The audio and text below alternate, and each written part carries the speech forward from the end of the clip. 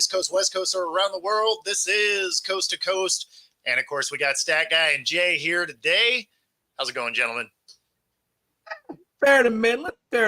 I mean, we took the loss yesterday. I know we're going to get into that, so I'll hold off on that. But not too bad, man. Let me just say this, though, for all you lawn companies out there, you sons of guns. If you're going to come to my house, at least do a damn good job. This half-assed, I want the beautiful lawn on the bag or the commercial. And I don't know what the hell you're giving me, but this is horse crap. Well, when your yard's been a swamp since you moved in, they can only do so much. Hey, whose side are you on, damn it? I feel like that's just an unrealistic I get what you're saying. And it is true. I mean, what you're saying is not true. So, yeah. Hi, Miss Freebird. All right, Jay, since I was in the middle of my thought before we went live, let's get into Houston and Detroit. Let me finish what I was wanting to say, though, because I know what you're saying. Let me just paraphrase what Stat Guy was saying, because I wanted to finish that one thing with you real quick, and then I'm going to give you the floor. Stat Guy was basically talking, we were talking about the Houston Astros, and we were talking about how they left Verlander off the rotation, and Stat Guy's position is they should have kept him in the rotation because he will excel in the postseason, which, first of all, Stat Guy, you're totally 100% correct. I don't doubt that for one bit. But what I will tell you this is, Blanco, especially if you saw him yesterday when he came in for middle relief, lights out, locked him down, striking him out, picked up right where he left off in the regular season. Verlander was kind of hobbling throughout this year. Again, he's got that neck injury. I do think he could be a valuable part of that rotation. The pitching lineup. I just think it's where I would much rather use him in that middle relief where he could dominate that middle relief and I could get more innings out of him and let the younger guys who aren't as injury prone like Blanco, Brown, and Kikuchi. I think if we combine it that direction, then we're going to get the most out of Verlander rather than throwing him right into the rotation because I don't know if 100%. If you look at his pitching, I mean, the guy's battling like around 4-something ERA. Blanco's around 2. Hunter's around mid-3. So is Kikuchi. So I felt like that rotation would have been perfect and then sprinkle Verlander in at the middle relief because he is a little older.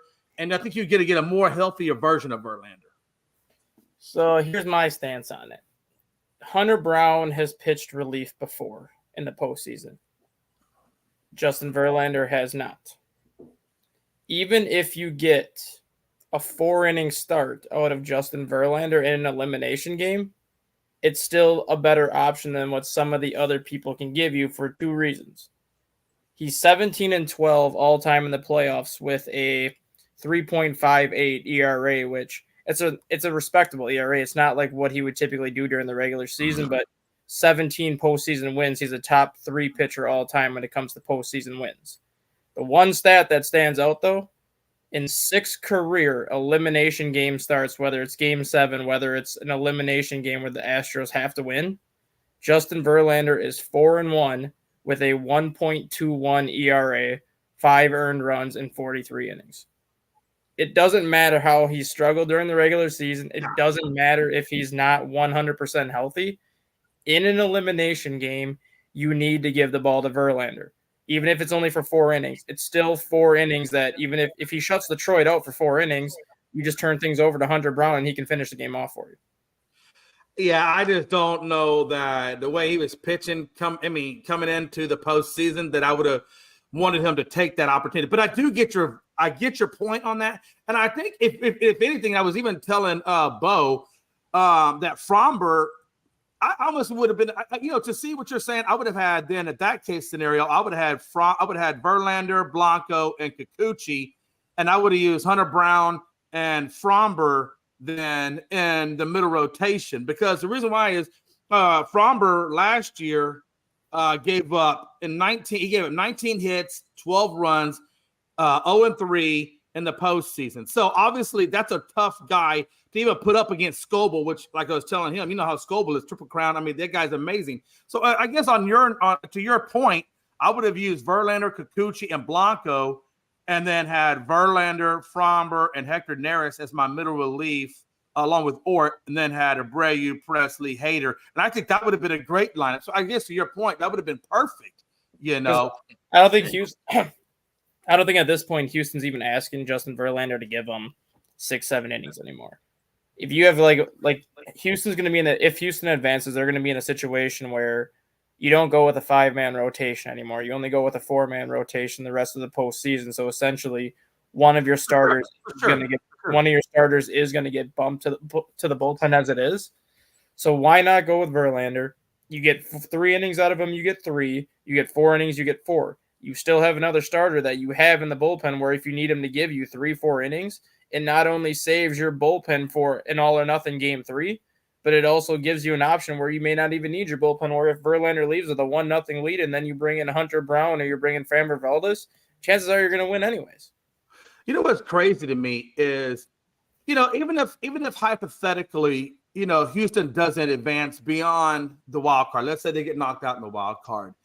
What's amazing, I guess what's giving me hope right now is that when you look at next year, Houston's going to have some serious depth at pitching, because next year we get Luis Garcia back, we get Christian Javier back, we get Urquidy back, and then you got to mix in Framber, Blanco, Verlander. I mean, these dudes got seriously probably 7 to 8 legitimately good starting pitching. And that could be used as some trade bait for draft picks to build our farm system back up. So I'm hoping Houston will play that correctly, and which I think they will. I mean, Houston, unlike Dallas, actually has good management. I think they keep Verlander? No, I think Verlander's going to retire. If he retires, I'm totally okay with that. I think but if he comes back, I don't know if Verlander's going to go out like that. I think that guy's got a lot of pride in him. I don't know if he wants to end being left up a playoff. I mean, he's 41 going on 42. So, I mean, looking at what he's making this year, I think he's still making $30-some million this year. Yeah. There is not another team out there that is going to sign a 42-year-old starter for $37 million. And I don't remember his contract, but is he on a 1-year deal, or does he have more than 1 year on this that? This is it. This is the final year of his contract. I could see Houston letting him go. Mm-hmm. Yeah, for sure. I mean, I wonder if he wants to retire, obviously no one's going to think twice about it. But I wonder if he would do, a situation, especially because he has been injured as of late, if he were interested in coming back out of the bullpen just to extend his career. Yeah. He's been a starter. Yeah, I mean, John Smoltz did the same thing. Yeah. I mean, he could definitely pull a John Smoltz and go to the closer and just give him 1 inning a game.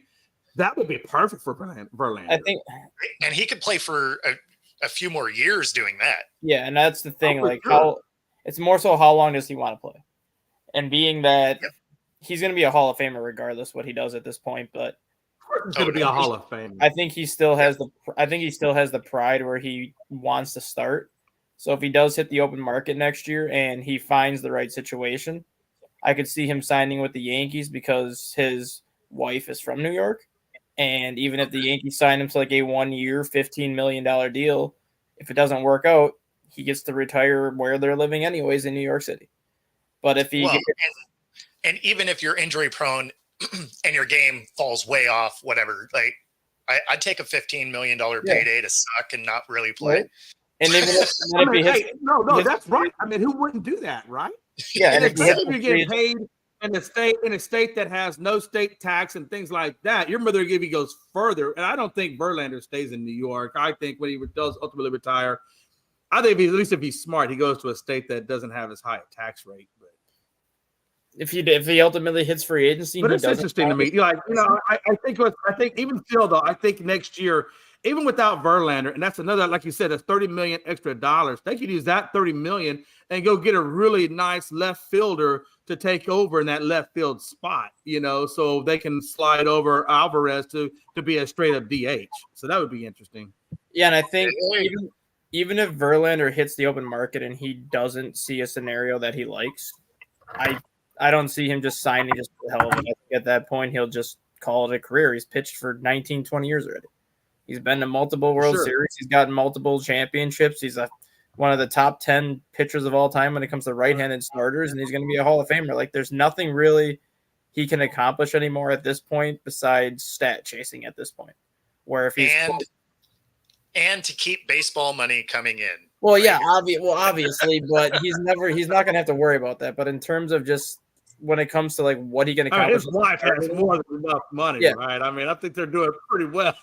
Yeah, I mean, at this stage in your career, you can get paid to do nothing, right? Like, yeah, for sure. But he has nothing to accomplish anymore at this point. If he does sign another contract, it'll literally just be stat chasing at this point, where if he has a certain milestone to reach or a certain amount of strikeouts to get to move up to the next spot, that's literally all he's going to be accomplishing at this point in his career, because he's I don't know if that's true. He still has fingers that don't have rings on them.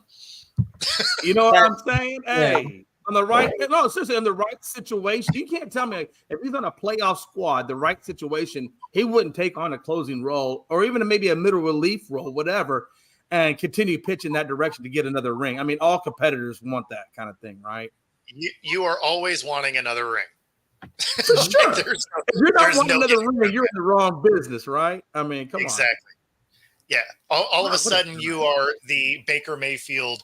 Our culture is for fun instead of Brady. That's like, if I wanted fun, I'd go to Disneyland. I was there to win rings. and then just kind of going. If Verlander really wants to keep money coming in, I'm pretty sure there's a nice broadcasting booth spot right there for him that they're going to pay him nicely. So I don't think money coming in is going to be an issue. He'll make plenty of money after his career. Oh, for sure. And then when you go further on like his elimination game success, like I said, he's 4-1 with a 1.21 ERA. And it comes to the elimination games, they also do kind of like an overall game score where they grade like how a pitcher performs based on just the amount of strikes and the success they have. Justin Verlander has 2 of the 3 highest rated elimination scores ever with Sandy Koufax mixed in. And Justin Verlander's 87 in an elimination game is the highest of all time. Look at Stat Guy finally bringing some stats to the show. Yeah, I did my homework. How's it going, Pags? Not too bad. Got to get to celebrate the first all-inclusive playground done that was built at my old elementary school. So I went to my old elementary school, and when you go back to your elementary school after like a whole bunch of years, it looks a lot smaller. Oh, for sure. When the water fountain comes to your kneecaps. Mine's actually bigger. They bulldozed it and rebuilt it. Oh, wow. I actually don't know. My elementary school is still there. I think that thing's been there for 30, I guess now it's going on 40 years. Yeah, it's still there. Hell, I'm still talking to my first grade teacher. I don't know why she still wants to talk to me, but she loves talking to me. That's because you're still in her class. I see what you did there. Well, Bo, you never stop learning, okay? The mind is a sponge. In fact, all the schools I went to have been tore down and rebuilt at this point. Yeah, it's funny, when the high school I went to, my uncle was in the first graduating class. He was a fullback for North Shore High School, and that was like 1964. So, I mean, Jesus, that high school's still around. They use it. I think now it's 10th and 11th, or 9th and 10th, and then the new high school is 10th and 11th. They got so many students, but it's ridiculous, like how much and population has grown, right? I mean, this school's probably got anywhere from 5,000 students, and they have to divide it in half. I mean, it's crazy. No, and that's actually exactly why all of mine have been tore down and rebuilt, is to be able to have more students there. So what's interesting is the intermediate school that my wife teaches at. It's so old, right? It's the oldest school, I think, in Conroe, right? And Conroe, if you know about Conroe Independent School District is bigger than all of Boston. That's how many kids are in this school district. I mean, it's like a massive school. Anyway, what I was trying to point out is Elvis Presley actually played a concert at that high school. It used to be a high school, then they converted it into intermediate school. So when you go down the hallway, there's pictures of Elvis Presley sprinkled around. I mean, it's crazy. That's kind of cool. Yeah, it is. It's historic, but then when you look at the building, it smells like old mothballs. So I don't know. I mean, it's old. You're really selling this. So you're saying that Elvis is still in there somewhere. Elvis is in the building. That's why it smells like mothballs. Oh, it's just that old. I'm pretty sure it's the asbestos residue that's left behind. That actually explains a lot. Is that where you went, or? Oh God! Come on, you got to stop giving me softballs here. Hey, listen, man. I have to swing because my team isn't playing. He's giving you layups right now. Yeah, I know. But yeah, so tonight you got a lefty versus righty for them. Detroit's going to throw out Holton, and Houston's going to go with Hunter Brown. So should be interesting to see how that plays out. To watch you guys lose. I think you guys get eliminated tonight. I doubt we're going to lose. I mean, I don't know. I mean, if that's how you feel, that's how you feel. But I mean, you have to put some respect on. And I'm not even trying to talk smack on you. I'm not trying to talk smack on you. I think Detroit's got you. I think that Detroit's just why playing. Do you think that? Like, what is driving that? I think it's like a matchup issue for them. Yeah, okay. I think that you're running into a team that's playing some inspired baseball, and I think that they're going to wind up just beating you guys. Not like Beach is bad. It's just I think that they just win. And they knock you guys out today. I think that you guys had a tough pull having to play Detroit because they just been playing really well lately. And I totally agree with that because, I mean, we are going up against our old manager, AJ Hinch. Actually, Espada was actually put into place in Houston by AJ Hinch in 2018. And then, of course, Hinch was let go. And then Dusty Baker actually inherited Espada from Hinch. So these guys know each other well. I mean, these teams know each other well. I mean, right? My thing is this is why I think that you could be wrong. And I'm not saying you're completely wrong because you do have some good, valid points there. But what I saw yesterday was this. If you look at that game, like I was telling them, Scoble is the Triple Crown, right? He won the Triple Crown in pitching. He's going to be the AL Cy Young. This was a guy that if you didn't get at least 3 runs on him, you probably weren't going to get the win. And it actually turned out to be 3-1. But what I liked about it was after Scoble left, Houston's hitters dug in, and there was 3 times when we actually could have won that, right? They had, like I was telling Bo, they had two batters on in the 8th, two batters on the 7th, 2 batters in the 8th, and then ultimately we had bases loaded, 3-1 bases loaded, and we actually really had a good opportunity that a base hit could have tied it up and gone into overtime. Now, if that is against their number 1 guy, that tells me that Houston is not giving up, that Houston has all the fight there is. And if you look at the way Houston's season is gone, it's been up and down, right? And again, Framber Valdez, like I was telling Bo, wasn't exactly the guy I would have had go up game 1 against Scoble because, like I was telling him, 19 hits, 12 runs in last postseason over 3 games. You know, the guys had a hard time in the postseason. So I probably would have opened up with either Blanco or somebody else that has a little bit more toughness to them. But it is what it is. Game 2 is going to be tonight. But I like the fact that Houston has fight. And as long as the team has fight and they haven't given up, then I know that there's hope and they can turn this around. But tonight is going to be, like you said, tonight's the elimination game. So they got to do it. Well, that's the thing. Like, you have 2 games, you know, and you have to be perfect in both. Yeah, you do. They absolutely do. For sure. You know, it's why winning the first one is so important. Right. Oh, absolutely. I totally get that. Detroit's got to be the same way. They got to be perfect in games 2 and 3 if it goes to a third game, right? Because they're going to get to they don't have to be perfect in both, just in one. Well, for sure. I mean, we had the tougher road. I understand what you're saying. We had the tougher road, but it's not like they got it just in the bag either, right? That's what I'm trying to say. No, not at all. But I think that they are just a team right now that's playing really, really well and inspired baseball. Sure. And when you're doing that, it creates the opportunities to do it. Yes, I watched the end of that game yesterday. You know what I mean? And I saw. Right. I mean, that last out, he hit that ball hard. There was a good chance that was a walk-off win had it got past the first baseman. Oh, for sure. Literally, for sure. Like that could have cleared the bases. So, but I do want to say really this. I do want to tip my hat. I want to tip my hat to AJ Hinch because, that guy went through a lot after that 2017 issue. And I think he learned his lesson. He understood, that what he did was wrong. And the guy went to Detroit and, he went to Houston, which was in the dumps, and got us out of the gutter, made us relevant, right? Even though I understand 17 was an issue, even beyond that, he got us in a good spot. And he did exactly the same thing for Detroit. He took Detroit literally out of the gutter and has got them, like you said, playing inspired baseball in the playoffs. So, I mean, you've got to put some mad respect on the guy that can take 2 dumpster fires and turn them into playoff contenders. I mean, that's mad respect. Yeah. Mm-hmm. I'll let you have that. In the meantime, I was also really surprised at how the Mets came out. Man, they came out. Sure, absolutely. Now, yeah. I wonder if they play that way again, the Brewers are in trouble. I mean, the Brewers just pulled what the Brewers pull every postseason.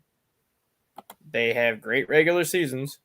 And then as soon as the playoffs start, they forget how to play baseball. Yeah, except they're playing the Mets. Milwaukee is having. They're playing the Mets. You could say they do the same thing. So, what was that, Jay? What were you going to say, Jay? Let me ask you, do you think that Milwaukee is regretting letting Corbin Burns walk or trading him over to the Braves? Or is it the Braves, or is that where he went? Orioles. I went to another team. Orioles, thank you. I mean, do you think they're having buyer's remorse on that trade? No, because they weren't going to be able to afford him after this year, anyways.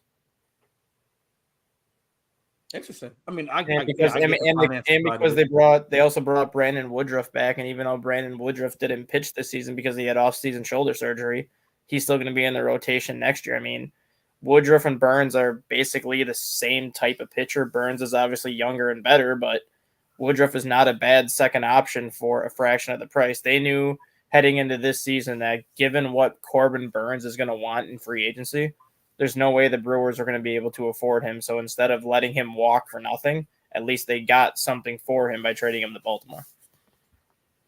Sure. Okay. Yeah. I think what also is hurting the Brewers, though, is having Christian Yelich on the injuries reserve. I mean, that hurts. That's a lot of offensive power you're not getting. So I definitely look at that. I mean, let's be honest. There's a lot of people that didn't even expect Milwaukee at the beginning of the season to even be here, on all honesty. I mean, is Christian Yelich an offensive power, though? Because the guy really hasn't produced anywhere close to what he did when he won the MVP the last 4 seasons. He's more so. Well, that's true. I mean, he's more so playing like he played when he was with Miami. And granted, that's still a good player. He's still a 295, 320 home runs, but he's not the Christian Yelich of 2018 and 2019 when he single-handedly carried the Brewers. Yeah.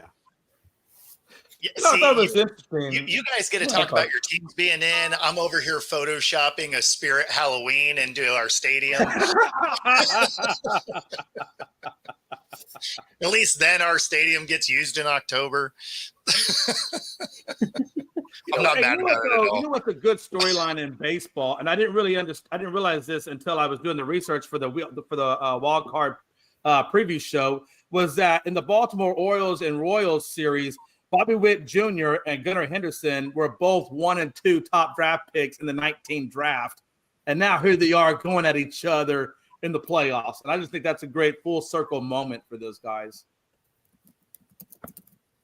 Kyle, I don't think so, because ultimately, I think that the Phillies are going to wind up. The Mets haven't played anybody who's going to be like in that environment, in the Philadelphia environment. It's ridiculously loud. It's one of those situations where you have to be in it to understand it. And trust me, Atlanta went in it and they lost twice. San Diego was in it, they lost. The only team that really was able to make it through was Arizona, and it was because the fan base was exhausted. They weren't as loud as they were before. Yeah. I got to tell you, Philly, I'm really pulling. Look, I never thought I'd say this, but I'm actually really pulling for you guys because I know eventually it's going to be you and Dodgers most likely going at it. And I just need somebody to smack Jonathan Mathis out of the damn play. This little podcaster, he just talks so much garbage on the Astros that I just need Philly to handle business and get to the World Series so Jonathan Mathis can shut the hell up. I mean, no, nobody's telling you that you have to listen to him. Yeah, I right. don't listen to him. I feel like you can just. When he pops up in your feed, he pops up in my feed from time to time, and he just trash talks a lot of the Astros. I need Philly to handle business. When it ends up in your feed, there's this really neat thing you can do. I know. You know what else? And my mom says that to me all the time. It's like, Jason, you don't gotta sit there and say something. You gotta let it go. And I'm like, sure. You know what else pops up in my feed, Jay? Me? Because you love me. Political ads. You know what I do to them? I ignore them. Yeah, exactly. Yeah, I know. Me too. Here we go. Depending on which feed it's on, if it's Instagram or Facebook, there's an X up at the top corner. You can hit that X, and you know what? You won't ever have to see them again. It is true. It's true. But some of those political memes are funny as shit. I got to tell you. Some of them are pretty damn well, see, some of those guys get creative. It on yourself. But yeah, I agree. Totally agree with you guys, man. But I thought, the Orioles going down to the Royals was pretty amazing. You know, I'm starting to look at this Kansas City team a little bit differently. That was a surprise too. 1-0 score. Yeah. Like the one thing that the Orioles had were bats. The fact that they couldn't hit anything yesterday was bad on them. If you watch the Royals, if the Royals the Royals can't win every game like that. Right. But so Baltimore better come out with swinging. Yep. Yeah. I mean, because really, you look at the Baltimore team. I mean, they do have little struggles in their pitching, but that really is a good team. And at some point they have to go a little further in the playoffs. And so I'm actually pulling for them to take out Kansas City. But who knows, man? I mean, Kansas City might be the Arizona team. You never know. No, they limped into the playoffs. They're not going to be like Arizona, who came into. I mean, I'm just saying that. Yeah, but for sure. I mean, you never know, though. I mean, hey, baseball is a hell of a thing, man. I mean, you can light up and you can hit that momentum at the right time. You just never know. It's to say no or never. I mean, it's hard to say that. Well, especially once you get into the playoffs, like for sure, anything can happen. That's why we watch. Well, you're damn right. I don't think that Brad Kreisen watches any baseball. For him to say the Mets have the worst bullpen, they don't. To say they have a bad lineup, they were top 6 in baseball in runs scored, so they don't have a bad lineup, and their pitchers really haven't been that bad. I want you to know the stat guy says that with love. Please don't get mad at us. No, I don't say that with love. I say that with I say that with actually watch baseball, and then you would know that the Mets really are not that bad of a team. No. But they're also the Mets. So no, they are also not. I think Brad's bringing some of that into it. Like but like the Mets came into the post. We don't want to piss off our viewers, stat guy, just a little bit. No, I mean we kind of do. But we only kind of do every day. I think the biggest issue with the Brewers this year, which is why I think the Brewers are going to get eliminated, whether it's today or tomorrow, is that the Brewers were the first team to clinch a playoff spot in the National League. So they've actually had kind of the mindset of trying to rest some of their players the final 2 weeks of the season, knowing that they clinched already. Versus the Mets stayed hot the rest of the season. They had to play their way into it. And the Mets have been in playoff mode for the last, 6-7 days because they've had to be. The Brewers checked out basically a week ago because they're like, oh, we clinched the division. Now let's rest everybody, line our rotation up for how we want it. And we've seen that every year in the playoffs. When a team does that, usually they're the ones that goes home first. Yeah, well, I mean, I don't disagree with that. But, at the same time, Kyle, before we crown them, let's make sure they get out of this first round. Yeah, it'll be interesting to see. I think, it's possible that the Mets do win this series. I'll be honest, I just don't think that Milwaukee's got the pitching that's going to stop them. No, for sure. the Mets don't have any quit. Like, so they can go into the 8th inning and be down by 3 runs, as we've seen here in the last 4 days. The fact that they took this game 1 was a big one. Now, if they're going to have the letdown, it would be today because of just exhaustion. They played 3 games literally in 24 hours, it seems. Yep. So like 36 hours. So they may have a little bit of fatigue. And then today, that's what I was talking about yesterday. Actually, was they're going to lose either the first or the second game because at some point they're just going to be tired. In today's pitching matchup, you have Sean Manaea, who's not a great pitcher, but he's kind of pitched pretty well his last 3 starts for the Mets, versus Frankie Montas, who's been terrible this year. But that's why I was asking Stagger earlier by Milwaukee trading away Corbin Burns if they were going to have Byron Morris on that, just because that is going to be a little bit more of a weakness in that team. I understand Stagger made a really great point in the financial side of it that they couldn't afford to keep him, but that really did weaken them down a lot in that pitching side. Well, it did because even if they get past the Mets, in future series, they come back to bite them. Yeah. But the thing is, though, even if they would have had Burns would have started yesterday, obviously, for the Brewers. And then the Brewers would have went with Freddie Peralta today. Well, what happens if Freddie Peralta gets lit up today like he did yesterday? That really doesn't help them for game 3 because they don't have any other options after that anyway. So having Burns or not, it might have just extended their season by 1 day. Switching over real quick to that San Diego versus the Atlanta Braves. Frankie, let me know real quick because, King was at one point a Yankees, and, of course, now he's over there with the the San Diego Padres. And, we looked at him yesterday. 12 strikeouts. The guy was just lighting it up, but I do keep it realistic because Atlanta does not have Acuna and a few other guys. They're dealing with some own, their own issues with Riley and things of that nature. But still, to go in there and strike out 12, good on him. And then, of course, if Atlanta's going to have any chance of bouncing back, the good thing is they got Max Fried on the mound tonight against Musgrove. And so they should have some better pitching on there. But, damn, King went out there and handled the business. Yep. Well, and I think that the 5-hour flight had something to do with that. I think that for sure. The difference Absolutely. Of the Mets going only 2 hours, 2.5 hours to comparison to 5 hours, your body is affected differently. Oh, for sure. So, and you're right. You're right because the Braves are probably in the same, like you said, the same bucket as what the Mets are in. They're tired, especially playing a double hitter, and then the next day or the day after, whatever, you got to go into the playoffs.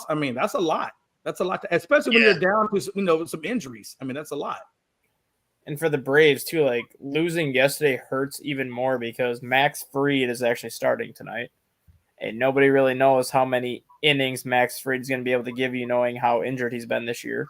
And if the Braves do somehow advance to tomorrow, Chris Sale was supposed to pitch tomorrow, so they still don't have a Game 3 starter lined up to go against Dylan Cease. What a time for Sale. The guy is a damn good pitcher, but he always gets hurt at the most critical moments, It just seems to be his track record. But every time he gets on the mound, he's just a lights-out guy. But he just cannot stay healthy for crap. Yeah, you can't shrink in big moments if you're not healthy to play in them. You know what I mean? It just seems that's the running thing with him. He's got so much potential and factual based stuff, but man, he just can't stay healthy. Have you ever watched the guy pitch? I watched him maybe once or twice. The guy's got the most unorthodox windup and release. I'm surprised he hasn't blown his shoulder out way more than he has. Yeah, the mechanics do play a big part in your longevity for sure, right? How long do sidearm pitch? I don't know if there's even any sidearm pitchers left in the league, but typically, it's more relievers. Huh? It's more relievers that throw sidearm, and if you throw sidearm and you're a decent reliever, you could probably go 15, 16 years just because it's pretty much fastball, slider, changeup, but it's all coming from the same arm slot. It's just a different spin. And you could extend your career if you do some yoga, Pilates. You can do some of that right here in the Pacific Northwest. True Fusion Gym. You use the QR code on the screen, free 5-day pass. Pilates, boot camp, yoga. They also have hot rooms. Find your edge at True Fusion Gym. And of course, if you are into sports betting, you can bet right alongside us here at Coast to Coast. if you use the QR code on the screen with Bet Us, 125% of your initial deposit, up to 3 of those. Also a 10% bet guarantee if you happen to be bad at it. Some exclusions apply. Check it out online at the QR code right there. All right. So, switching over to some football. Davante Adams officially, on the trade block. Where, obviously, Stat Guy was thinking his team could definitely use him, but I don't think we could use him. I just think it'd be fun to have him.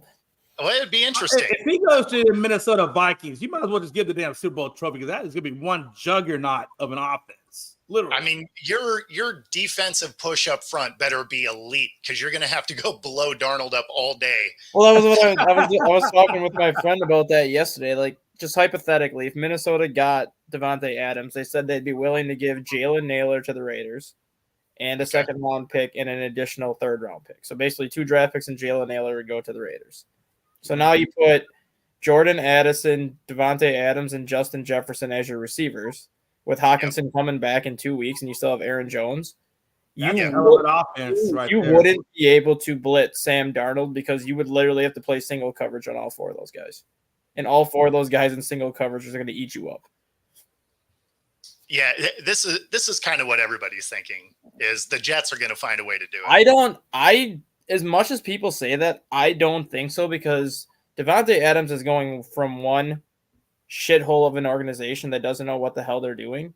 Why would he want to go to another shithole of an organization that doesn't know what they're doing? But they're not a complete joke. I mean, they're still pretty decent in the standings. I think Davante Adams, that's a true number 1 for Aaron Rodgers along with Lazard.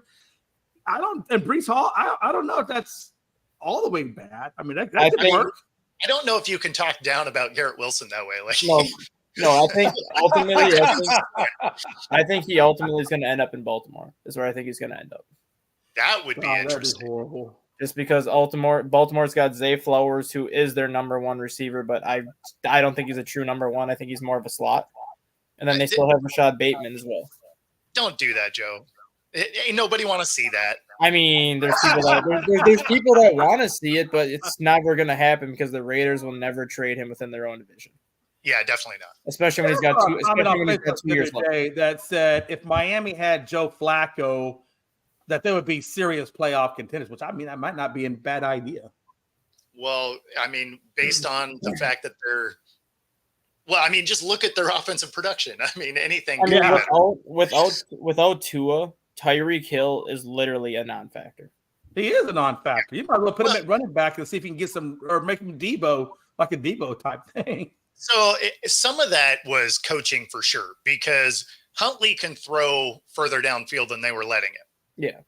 I mean, I think he only took 2 shots at Hill downfield, right? Were they good throws? Not particularly. I think he overthrew him both times. But the thing is he's been there for a week. Like, It's not like he has a ton of reps. So he's got to try and figure out that speed. Letting him try twice and then everything else is like a shallow cross or an out isn't exactly how you're going to get timing worked out, especially when you're going against, a team that isn't putting up a ton of points either. So I feel like a lot of that fell on coaching. Not that I think Huntley is amazing or anything, but they certainly could have looked better if they gave him a little bit more of the playbook to play with. And the other thing, too, is depending on how things continue with Miami and depending on the situation of Tua and just his health this year and his health beyond this year, obviously, there are some, I'm not going to call them rumors yet, but there are some kind of conversations being had that Tyreek Hill may end up back in Kansas City. That would be interesting based on all of his talking he did on his way out. And honestly, I think Kansas City would take him back. Well, of course they would. Of course they would. I mean, that's the only way he's going to resurrect his career is by getting a good, competent quarterback that can get him the rock. I mean, imagine, you win a ring, you leave because you wanted more money. You kind of talk a lot of shit on your way out. You come back. Everybody else that's still there is like, oh, yeah, we got a couple more of those little shiny things that you kept saying you were going to win somewhere else. I can already imagine how he talks to them. So I know I talk some shit, but can we just put that by the wayside? I'll give you a heartfelt apology, and you just put me back into your rotation. You'd have the men's 4x100 relay with Worthy and Tyreek Hill. I mean, that's true. Man, could you imagine that? Could you imagine a featured Tyreek Hill, a healthy Rashee Rice, and Xavier Worthy, and then Kelsey? I mean, damn. Well, I mean, Kelsey hasn't done anything. Jared Goff has more touchdown receptions than he does. Well, that's true. That's true. That's true. Man, well, hey, I'm about to say, compared to all the other years, I mean, he really has taken a step back this season for sure. Yeah, I mean, they really haven't got him that involved. It's kind of surprising. Why? Why all of a sudden are they not getting him involved? Are teams just doubling them up or playing them harder? You think, or is it just? Yeah. I mean, he has had quite a bit of that where he's been double teamed. That's what I'm saying. I mean, I guess they're willing to let Worthy and whoever else beat them versus Kelsey beating them, which I kind of understand that. Yeah, it seems like you'd be able to find a way to scheme him open though a little more than they have been, but still, it gets other guys in one-on-one and they're fast, so can't hate on that. Any updates on your guys? No. Yeah. Not that I heard of. But soon we'll just hear something.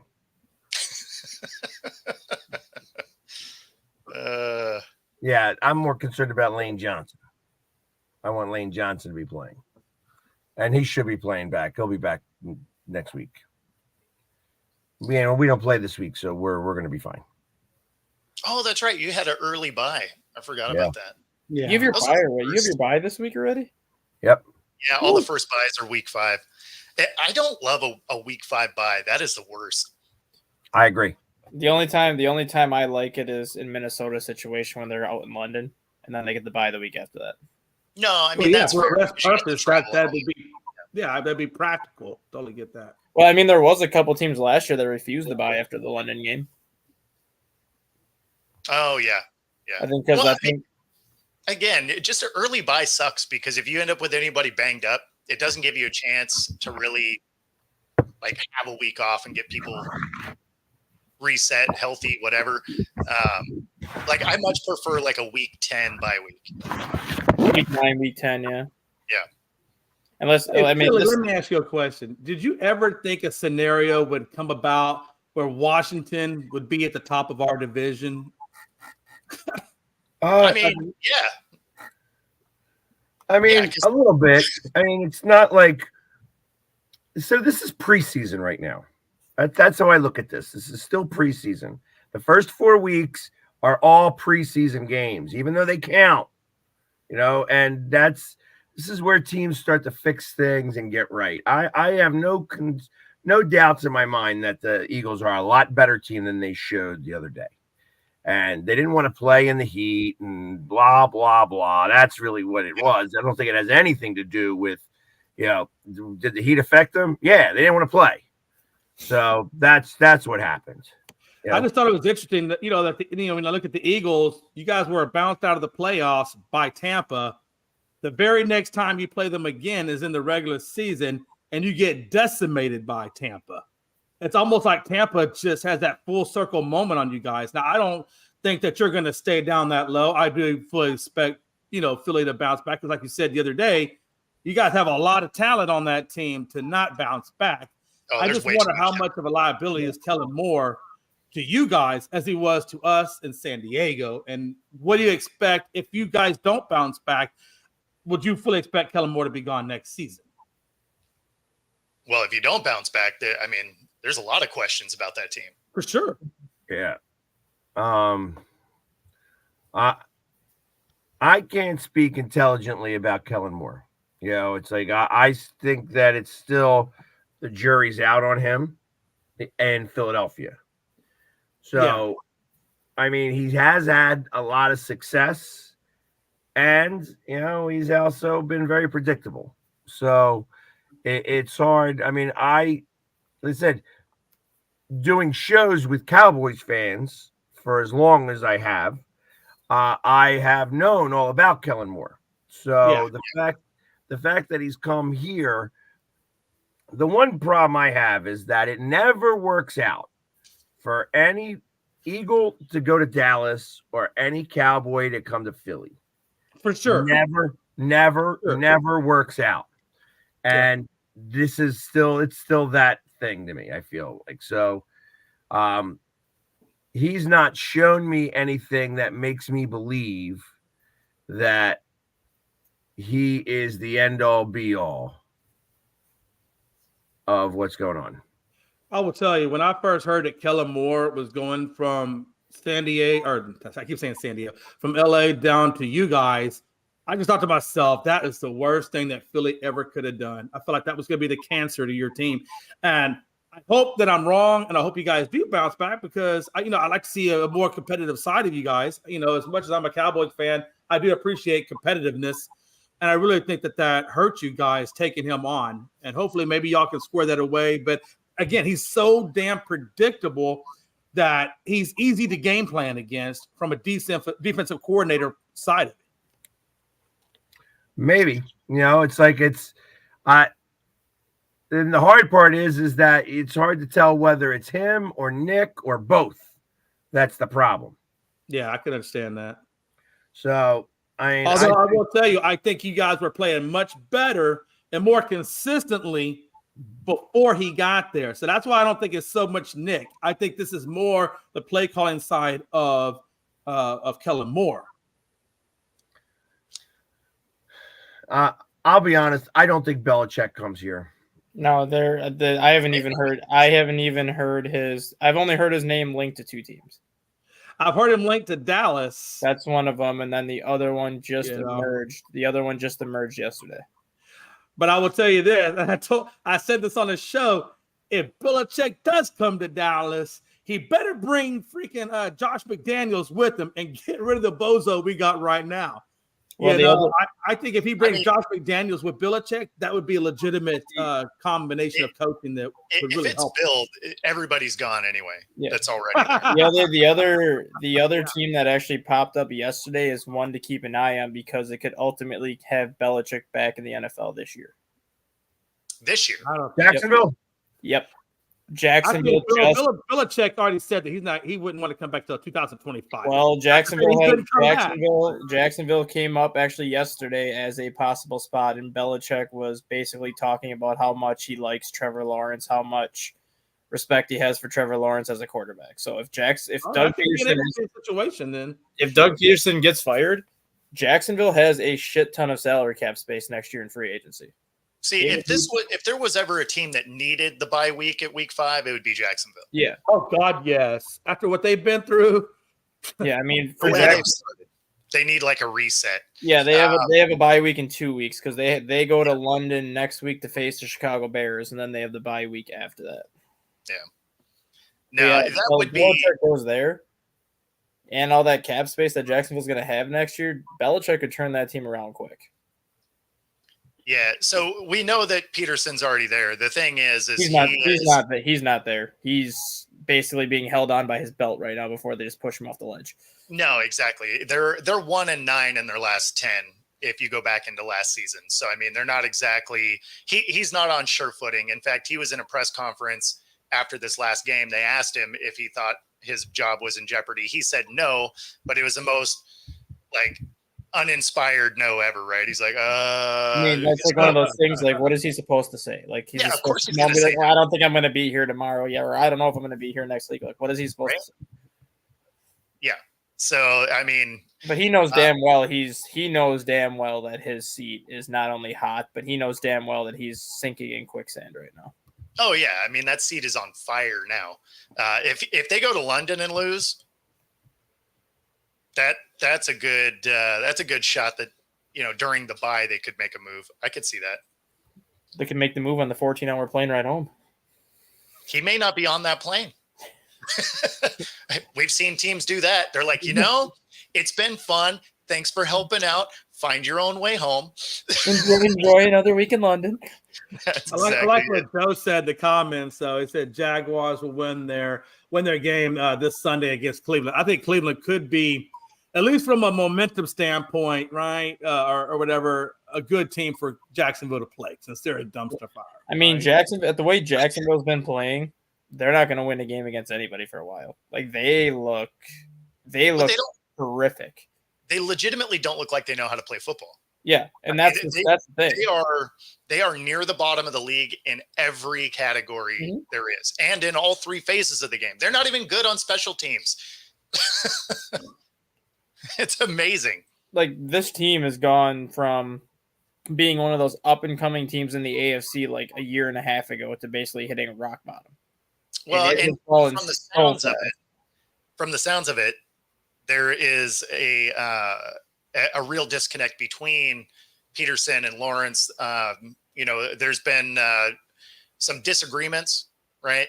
And then, forcing him to play because Lawrence is wanting to do some of his own play calling out on the field. He's had a couple where it was like dictated, you have to do this, and then it doesn't work. So then that adds to more, issues on the sideline. So, I mean, it looks like this is going to be short-lived if they don't get something in the win column real soon. Oh, that's right. I forgot about that. Jacksonville's pulling off the daily double again this year. Right. They have back-to-back games in London. Yeah. So actually, technically speaking, when they go in London, Doug Peterson would have to go home if they fired him because they're not going to keep him in London for an extra week. Oh, they have a bye week in between? No, they don't. They're in London back-to-back weeks. So they play Okay. week 7, they're in London against Chicago, and then the following week they're in London against the Patriots. Okay. Yeah. And then they don't even have a bye week after that. Then they play the 27th. Their bye week's not until November 4th. Yeah. That's not true. We play Jacksonville November 4th. So that's even later than that? So, yeah, Jacksonville doesn't have their bye until mid-November. So, yeah, they're probably a good 5 games out of their bye yet. So, I mean, if they lose this week to Cleveland, do you make that move before the team goes to London, or do you let them get to London and then see what happens? No, you're not doing that before you go to London. It'll be on their way back. Actually, if that's the case, they won't fire him this year. Yeah, I was about to say they might as well just write him out and then bring it back next year. Because if you go up there and you lose those games, now you're 0-6 at that point. Exactly. At that point now you are you want to keep them because you want to lose the rest and get yourself try to get them draft picks. Yeah. At least you get something out of the deal, right? I mean, at that point, you got to think about it like that because saying that they're staying with Lawrence, then you got at least now you've got an ability to get like the next couple of years of draft picks of first draft. And in truthfulness, I would use this time period, these next whatever until the end of the season to start if you are going to replace them, or if you do make up your mind you're going to replace them, that gives you a lot of time to interview candidates for the head coaching spot before you get to the offseason. That way you can get a new guy in there as quick as possible and start implementing his culture that he wants. So the sooner you can get that process knocked out, the better you are. So that might actually be helpful. Yeah. I doubt that you can do that. Like you can't bring in candidates. You can't interview in season.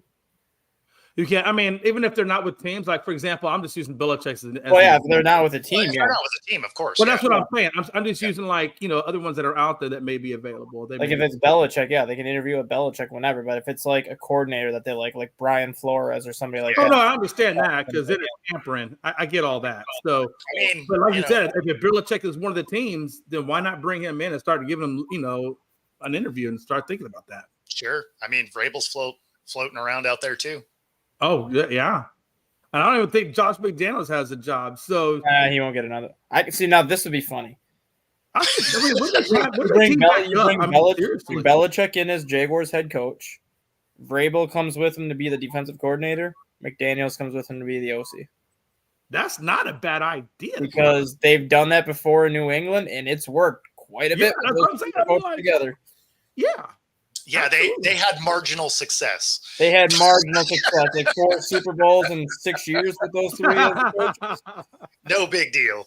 I'm not saying they're going to have the same success now, but that would not shock me at all to see that scenario play out. If Belichick gets hired as the head coach, he brings Vrabel in as his DC, and he brings McDaniels in as OC.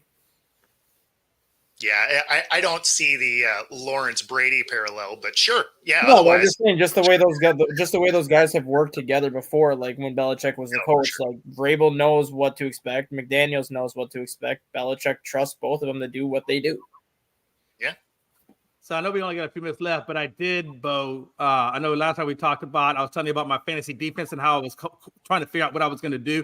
So what I wound up doing was I let go of Seattle and I picked up the Broncos because the Broncos got the Raiders this year or this week. Okay. So that's how I knocked that one out. So that way I didn't have to put the Steelers against the Cowboys. I figured that was a much better matchup, Broncos versus the Raiders. So no question. Yeah. Well, and the Broncos have only let up like what, 30 points all season? Yeah. Something like that, yeah. And brings Brady back as his backup. I mean, he'd have to really be thinking on TV. Yeah, for him to come back. He's not leaving that lucrative broadcasting contract. Yeah, no, I think at this point he's actually done. That being said, that does bring us to the end of the show. If you're watching on YouTube, be sure to like and subscribe. Helps us bring our stuff to you. If you're watching on Roku, stay tuned for the next hour. Other than that, we will see you all tomorrow. Later. Have fun.